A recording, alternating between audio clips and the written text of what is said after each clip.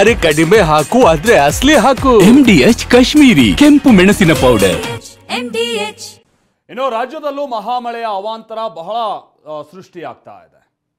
ಮಹಾರಾಷ್ಟ್ರದಲ್ಲಿ ಸುರಿತಾ ಇರುವಂತಹ ಮಳೆಯಿಂದಾಗಿ ನಮ್ಮ ರಾಜ್ಯದ ಹಲವು ಜಿಲ್ಲೆಗಳಲ್ಲಿ ನೆರೆ ಸೃಷ್ಟಿಯಾಗ್ತಾ ಇದೆ.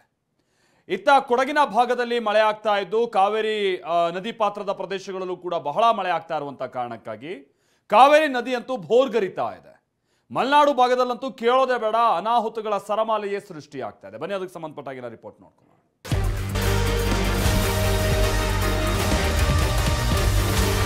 ದೇಗುಲಕ್ಕೂ ಜಲ ದಿಗ್ಬಂಧನ ಹಾಕಿದೆ.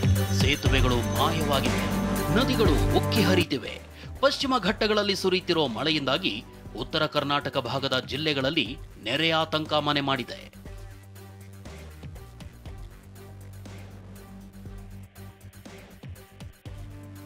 ಮಹಾರಾಷ್ಟ್ರದ ಪಶ್ಚಿಮ ಘಟ್ಟ ಭಾಗದಲ್ಲಿ ಸುರಿಯುತ್ತಿರೋ ಮಳೆಯಿಂದ ಉತ್ತರ ಕರ್ನಾಟಕದ ಹಲವು ಜಿಲ್ಲೆಗಳಲ್ಲಿ ನೆರೆ ಆತಂಕ ತಲೆದೋರಿದೆ.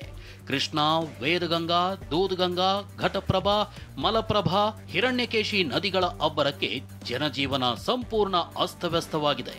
ಬೆಳಗಾವಿ ಜಿಲ್ಲೆಯಲ್ಲಿ ಈವರೆಗೂ 18 ಸೇತುವೆಗಳು ಜಲಾವೃತಗೊಂಡಿವೆ. ಕೆಲವೆಡೆ ಅಪಾಯ ಲೆಕ್ಕಿಸದೆ ಸೇತುವೆ ಮೇಲೆ ಜನ ಓಡಾಡ್ತಾ ಇದ್ದಾರೆ.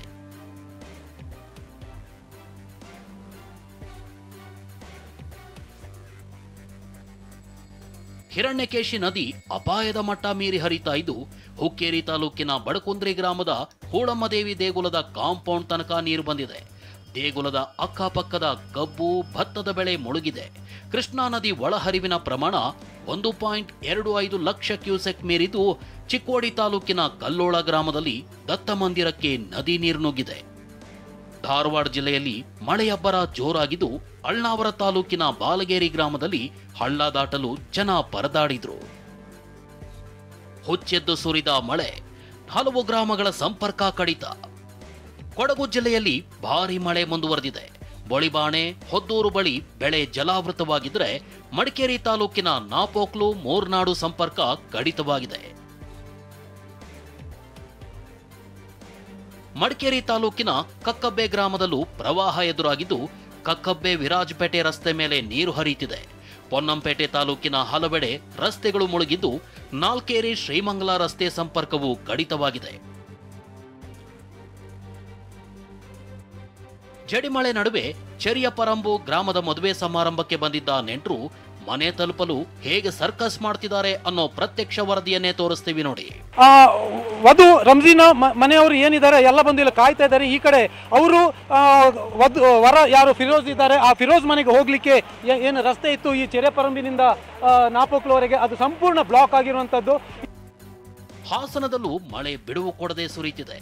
ಸಕಲೇಶಪುರ ತಾಲೂಕಿನ ನಡಕೇರಿ ಹಳ್ಳ ಉಕ್ಕಿ ಹರಿತಾ ಇದ್ದು ಹಗ್ಗ ಹಿಡ್ಕೊಂಡೇ ಜನ ಸಾಗಿದ್ರು. ರಸ್ತೆಯ ಮೇಲೆ ಸುಮಾರು 2 ಅಡಿ 3 ಅಡಿ ಅಷ್ಟು ನೀರು ಹರಿತಾ ಇದೆ. ಇದರಲ್ಲೇ ಜನ ಓಡಾಡ್ಲಿಕ್ಕೆ ಬೇಕಾಗಿ ಒಂದು ಹಗ್ಗವನ್ನ ಕಟ್ಕೊಂಡಿದ್ದಾರೆ, ಬೇರೆ ಪರ್ಯಾಯ ದಾರಿ ಇಲ್ಲ. ಸಕಲೇಶಪುರ ತಾಲೂಕಿನ ನಡಬೆಟ್ಟ ಗ್ರಾಮದ ಸೇತುವೆ ಮುಳುಗಡೆಯಾಗಿ 11 ಕುಟುಂಬಗಳು ಸಂಪರ್ಕ ಕಳೆದುಕೊಂಡಿವೆ. ಇನ್ನು ಹೆಗ್ಗದ್ದೆ ಬಳಿ ಗುಡ್ಡ ಕುಸಿತಾ ಇದ್ದು ಚರ್ಚ್ಗೂ ಆತಂಕ ಎದುರಾಗಿದೆ. ಶಿರಾಡಿ ಘಾಟ್ನಲ್ಲಿ ಕ್ಷಣ ಕ್ಷಣಕ್ಕೂ ಗುಡ್ಡ ಕುಸಿತ. ಸಕಲೇಶಪುರ ತಾಲೂಕಿನಲ್ಲಿ ಶಿರಾಡಿ ಘಾಟ್ ಮಾರ್ಗದಲ್ಲಿ ಭೂಕುಸಿತ ಆಗಿದ್ದು ಮಧ್ಯರಾತ್ರಿಯಿಂದ 12 ಗಂಟೆ ಸಂಚಾರ ಬಂದಾಗಿತ್ತು.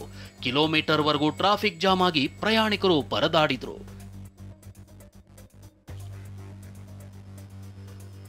ನಿನ್ನೆ ರಾತ್ರಿಯಿಂದ ಬಂದಾಗಿದ್ದ ಶಿರಾಡಿ ರಸ್ತೆ ಇಂದು ಮಧ್ಯಾಹ್ನ ರೀಓಪನ್ ಆಗಿತ್ತು. ಶಿವಮೊಗ್ಗ ಜಿಲ್ಲೆ ತೀರ್ಥಹಳ್ಳಿ, ಹೊಸನಗರ ಭಾಗದಲ್ಲಿ ಮಳೆಗೆ ವಿರಾಮ ಬಿದ್ದಿಲ್ಲ. ತುಂಗಾ ಡ್ಯಾಂನಿಂದ ಬರೋಬ್ಬರಿ 40,000 ಕ್ಯೂಸೆಕ್ ನೀರು ನದಿಗೆ ಬಿಡಲಾಗಿದ್ದು ಶಿವಮೊಗ್ಗದ ಕೋರ್ಪಲಯ್ಯನ ಛತ್ರ ಬಹುತೇಕ ಮುಳುಗಡೆಯಾಗಿದೆ. ದಕ್ಷಿಣ ಕನ್ನಡ ಜಿಲ್ಲೆ ಕಡಬ ತಾಲೂಕಿನ ನೆಲ್ಯಾಡಿ ಗ್ರಾಮದ ಬಳಿಯ ಮಣ್ಣಗುಂಡಿಯಲ್ಲಿ ಮತ್ತೆ ಗುಡ್ಡ ಕುಸಿತವಾಗಿದೆ. Bureau report, TV9. MDH ನ ಕಿಚನ್ ಅಲ್ಲಿದ್ರೆ ನಾವು ಎಲ್ಲವನ್ನು ಮಾಡಬಹುದು. ಬೆಂಗನ್ ಕಾ ಬರ್ತಾ, ಆಲೂ ಗೋಬಿ, ಭಿಂಡಿ ಮಸಾಲಾ, ಇನ್ನೂ ಬಹಳಷ್ಟು. MDH